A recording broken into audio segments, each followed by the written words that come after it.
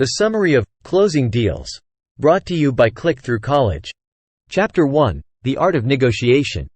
Closing Deals, Make an Offer, starts by elucidating the art of negotiation, a critical life skill with a variety of applications. This chapter emphasizes that negotiation isn't a zero-sum game. Rather, it's about mutual understanding, cooperation, and achieving a solution beneficial to all involved parties.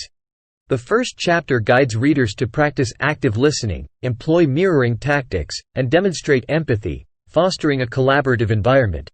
Importantly, it underscores approaching negotiations with an open mind, recognizing and appreciating each party's needs, interests, and perspectives to attain a mutually beneficial resolution. Chapter 2: The Psychology of Selling. The second chapter delves into the intriguing realm of human psychology, specifically how it influences buying decisions. Readers learn how emotions, cognitive biases, and perceptions shape decisions, and how to ethically leverage these insights to facilitate deal-making. Key principles such as scarcity, the idea that limited supply increases value, social proof, people are influenced by others' actions, and reciprocity, we are inclined to return favors, are explored, providing readers with a robust toolkit to navigate the psychological landscape of negotiation. Chapter 3: Preparing for the Negotiation. Preparation is the cornerstone of successful negotiation, a principle central to the third chapter.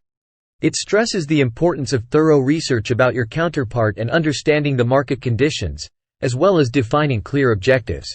It introduces the concept of BATNA, best alternative to a negotiated agreement, emphasizing that a strong BATNA provides negotiation power, a safety net, and an alternative course of action if the current negotiation fails. This chapter serves as a roadmap to effective negotiation preparation, thereby setting the stage for a successful outcome. Chapter 4: Communicating Effectively. The fourth chapter emphasizes the importance of effective communication in negotiation. It provides an in-depth analysis of verbal and non-verbal cues, stressing the role of clarity, active listening, and asking open-ended questions. These strategies encourage dialogue, allow for the exploration of interests, and foster a better understanding of your counterpart.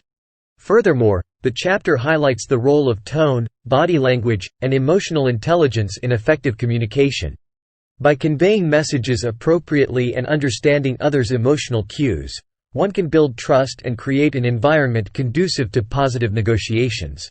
Chapter 5: Reading People. The fifth chapter delves into the skill of reading people, an invaluable tool in negotiation. Negotiators who can identify and respond to different personality types, and interpret subtle non-verbal cues, have a significant advantage. The chapter categorizes different personality types and suggests ways to adapt communication accordingly. For instance, assertive personalities appreciate directness, while analytical types prefer detail-oriented discussions. Next, it explores the realm of micro-expressions and body language, providing a deeper layer of insight into the other party's thoughts and feelings. It elaborates on how understanding these cues can help identify deception, stress, and other emotional states that could influence the negotiation process. By applying this knowledge, negotiators can ensure their communication resonates with their counterpart's state of mind and emotions, thereby making interactions more effective and productive. Chapter 6: Making the First Offer. Chapter 6 underscores the significance of making the first offer in negotiation and provides strategies to do it effectively. Recognizing that the first offer can serve as an anchor that influences the rest of the negotiation, it discusses the delicate balance required to propose an offer that's assertive yet within the realm of possibility. The chapter elucidates how to set the negotiation scope, demonstrating that a well-defined scope can lead to better outcomes and help manage expectations. It further provides techniques to foster cooperation, suggesting that promoting a collaborative environment can smooth the negotiation process and increase the chances of a mutually beneficial agreement. Moreover, it discusses how to handle counteroffers, a crucial step, given that the first offer rarely concludes a negotiation. By equipping readers with knowledge on how to evaluate and respond to counteroffers, the chapter empowers them to remain composed and strategic even when faced with unexpected counter-proposals. Chapter 7: Overcoming Objections. The seventh chapter of Closing Deals, Make an Offer, focuses on one of the most critical aspects of negotiation: Overcoming objections. It is an inevitable part of any negotiation process, and the ability to effectively handle objections can often make the difference between a successful deal and a failed negotiation. This chapter provides a systematic approach to anticipate, respond to, and overcome objections.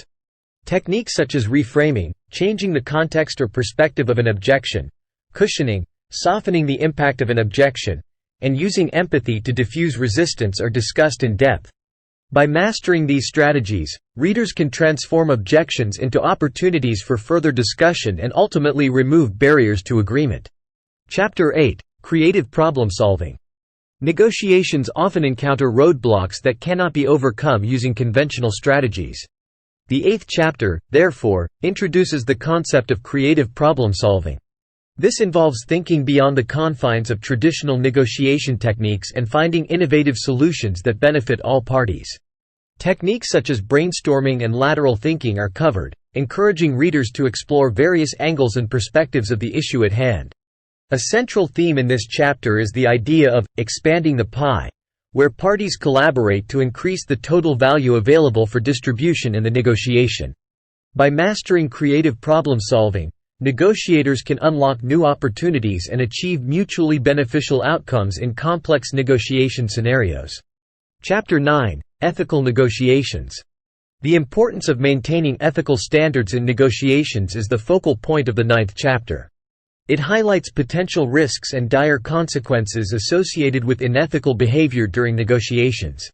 Readers are equipped with guidelines for upholding high ethical standards and are taught how to identify and respond to unethical practices from counterparts.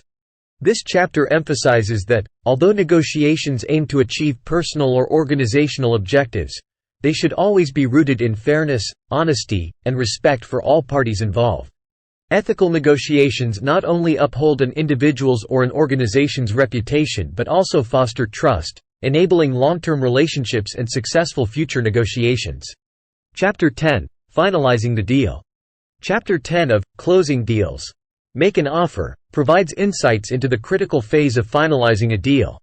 Recognizing that closing a deal is an art, it shares valuable tips on how to detect closing signals, understand the right time to press for an agreement, and know when it's wise to step back. Negotiators are taught strategies to guide the deal gently towards closure, without appearing overly aggressive or desperate. This includes managing the pacing of the conversation, summarizing agreed points periodically, and asking closing questions. The chapter emphasizes that successful closing not only requires sharp negotiation skills but also involves ensuring that both parties feel satisfied with the outcome, fostering a positive relationship for future dealings. Chapter 11: Post-Deal Strategies. The negotiation process doesn't end once a deal is closed, as explained in Chapter 11. It presents post-deal strategies to ensure successful implementation and manage future negotiations effectively. It discusses the importance of nurturing and maintaining relationships post-negotiation, not only for the successful execution of the current deal but also for potential future collaborations. Readers are taught how to deal with post-deal issues, including renegotiation scenarios, and how to ensure that agreements are carried out as planned. This chapter reinforces that successful negotiation is not a singular event, but a process that extends beyond the signed agreement, impacting long-term success and sustainable relationships. Chapter 12: Negotiating in the Digital Age. In the final chapter, Closing Deals, Make an Offer, discusses the implications of the digital revolution on the art of negotiation. It provides valuable tips on navigating virtual negotiations, understanding the nuances of digital communication, and leveraging digital tools for research and collaboration. Readers learn how to adapt their negotiation strategies to a virtual environment, recognizing the challenges and opportunities this presents. This includes the impact of non-verbal cues in a digital setting, the use of digital tools to facilitate negotiation processes, and techniques for building rapport and trust online. As the digital age continues to reshape how business is conducted, this chapter offers timely advice to help readers stay ahead of the curve and negotiate effectively in an increasingly virtual world. The summary of Closing Deals.